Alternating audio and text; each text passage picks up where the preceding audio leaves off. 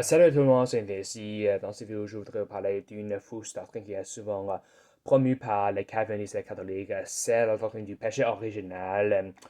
Le péché original, c'est quoi? C'est la doctrine dans laquelle les calvinistes et les catholiques pensent que même les bébés et les jeunes enfants sont péchereux et méritent l'enfer en raison du péché de nos premiers parents, Adam et Ève. Ils utilisent Zoom chapitre 51 et Romains chapitre 5 pour promouvoir cette doctrine, mais je voudrais le répéter dans cette vidéo. Cette doctrine est dangereuse parce qu'il y a beaucoup de gens qui croient que même les bébés et les petits enfants vont en facilement parce que Dieu les considère comme coupables et responsables en raison du péché de notre premier parent Adam. C'est vrai que à cause du péché de nos premiers parents, Adam et Ève, nous sommes tous pécheurs. Nous avons tous la nature des pécheresse que la Bible appelle la chair en Galates chapitre 5. Mais je voudrais vous expliquer pourquoi la doctrine du péché original est une fausse doctrine. Maintenant, tournez vos Bibles, s'il vous plaît. En somme, chapitre 51, verset 5.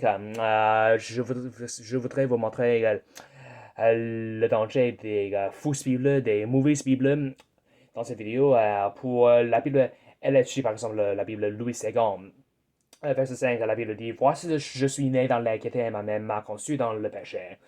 Donc, il y a beaucoup de gens qui utilisent ces versets pour promouvoir le péché original parce que le texte dit ici dans la version Louis II, je suis né dans la gaieté. Il y a beaucoup de gens qui disent: Ah, tu vois, la Bible dit que même les bébés sont coupables parce qu'ils sont nés dans la gaieté. Mais on va utiliser maintenant la version King James en français. En Somme chapitre 51, verset 5, où la Bible dit, Voici, je fus formé dans l'équité, dans le péché ma mère me conçut. Euh, David dit ici, je fus formé dans l'équité. Formé, c'est quoi? Qu'est-ce que ça signifie? Il parle simplement de son développement dans l'utérus de sa mère. Il dit qu'il est conçu par deux parents péchereux, donc il a lui-même une nature péchereuse comme nous tous. Ça, c'est plus précis, parce que ça, c'est d'accord avec le reste de la Bible.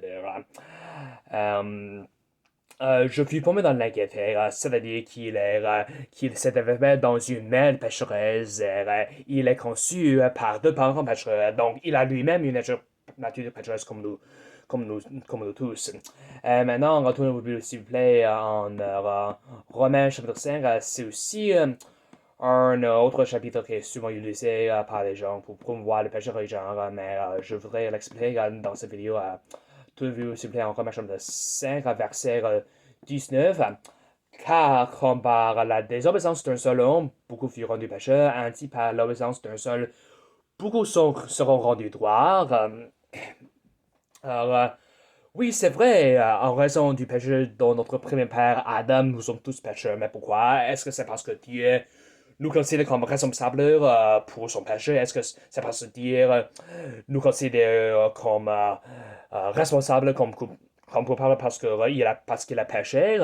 Non, oui, bien sûr, on fait face aux conséquences de son péché tous les jours, comme la souffrance, comme la douleur, la guerre, la violence et les tragédies et les catastrophes naturelles. Mais la Bible dit ici qu'en parlait des hommes d'un seul homme furent rendus pécheurs, ainsi par l'obéissance d'un seul, beaucoup seront rendus droits. Mais qu'est-ce que ça signifie? Oui, bien sûr, c'est vrai, selon la Bible, nous sommes tous pécheurs à cause du péché de nos premiers parents. Mais pourquoi? Tournez vos Bibles, s'il vous plaît, en Galates chapitre 5. Pourquoi est-ce que nous sommes tous pécheurs? Est-ce que c'est parce que nous sommes tous coupables pour le péché d'Adam? Loin de là. Non, non. En Galates chapitre 5, verset 17, la Bible dit car la chair convoit contre l'esprit, et l'esprit contre la chair, et ils sont opposés l'un à l'autre, de sorte que vous ne pouvez pas faire les choses que vous voudriez. C'est l'apôtre Paul qui dit aux Galates que, en raison de la chair, notre nature pécheresse, nous ne devons pas ce qu'on le veut. Donc, c'est pourquoi nous sommes péchereux, nous avons besoin de Jésus-Christ pour aller au paradis. Il ne faut pas aller au paradis par nos bonnes œuvres. Il dit ici, en verset 19, les œuvres de la chair sont manifestes, lesquelles sont celles-ci: adultère, fornication, impureté, lascivité, idolâtrie, sorcellerie, haine, désaccord, émulation, courroux, querelle, sédition, hérésie, envie, meurtre, ivrogne, excusez-moi, orgie, des telles choses semblables, desquelles je vous en parle d'avance, comme si je vous l'ai déjà dit. Ceux qui font de telles choses n'hériteront pas le royaume de Dieu. Mais le fruit de l'esprit est amour, joie, paix, longanimité, douceur, bonté, foi, soumission, tempérance. Contre de telles choses, il n'y a pas de loi. C'est-à-dire qu'en tant que chrétiens, en tant que des gens qui ont accepté Jésus-Christ comme notre sauveur, nous avons l'esprit, nous avons le Saint-Esprit, nous avons la chair et l'esprit ensemble. C'est pourquoi nous avons un combat chez nous. Nous avons tous un combat entre la chair et l'esprit. Et en restant dans la chair, nous sommes tous pécheurs. Même en tant que chrétiens, nous sommes encore pécheurs en restant dans la chair. Et ça, c'est pourquoi nous sommes pécheurs. C'est pas parce que Dieu nous considère comme responsables pour le péché d'Adam. Loin de là. C'est une blague, mes amis.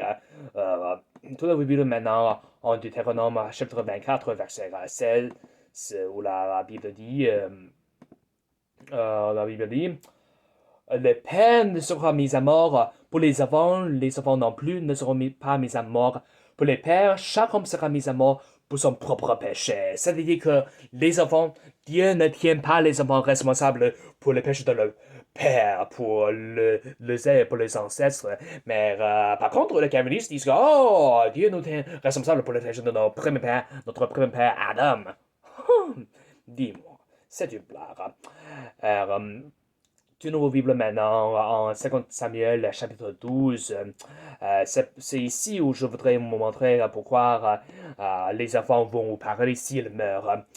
C'est ici où Nathan condamne le roi David pour son acte d'adultère avec Bathsheba, et donc l'enfant qu'il avait conçu est tué par Dieu avec une maladie profonde, avec une maladie sérieuse.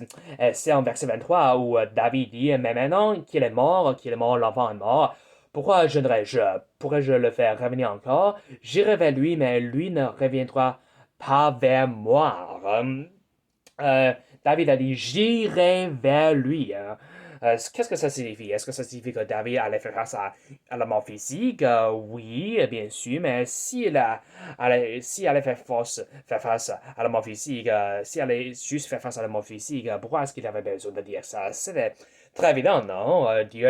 C'est Dieu qui l'a déclaré en Genèse chapitre 3 après le péché de nos premiers parents, Adam et Ève. Mais ça implique que l'enfant de David et de Bathsheba est allé au paradis après sa mort. Donc, c'est là où il devait aller aussi après sa mort. Tournons maintenant en Job chapitre 3.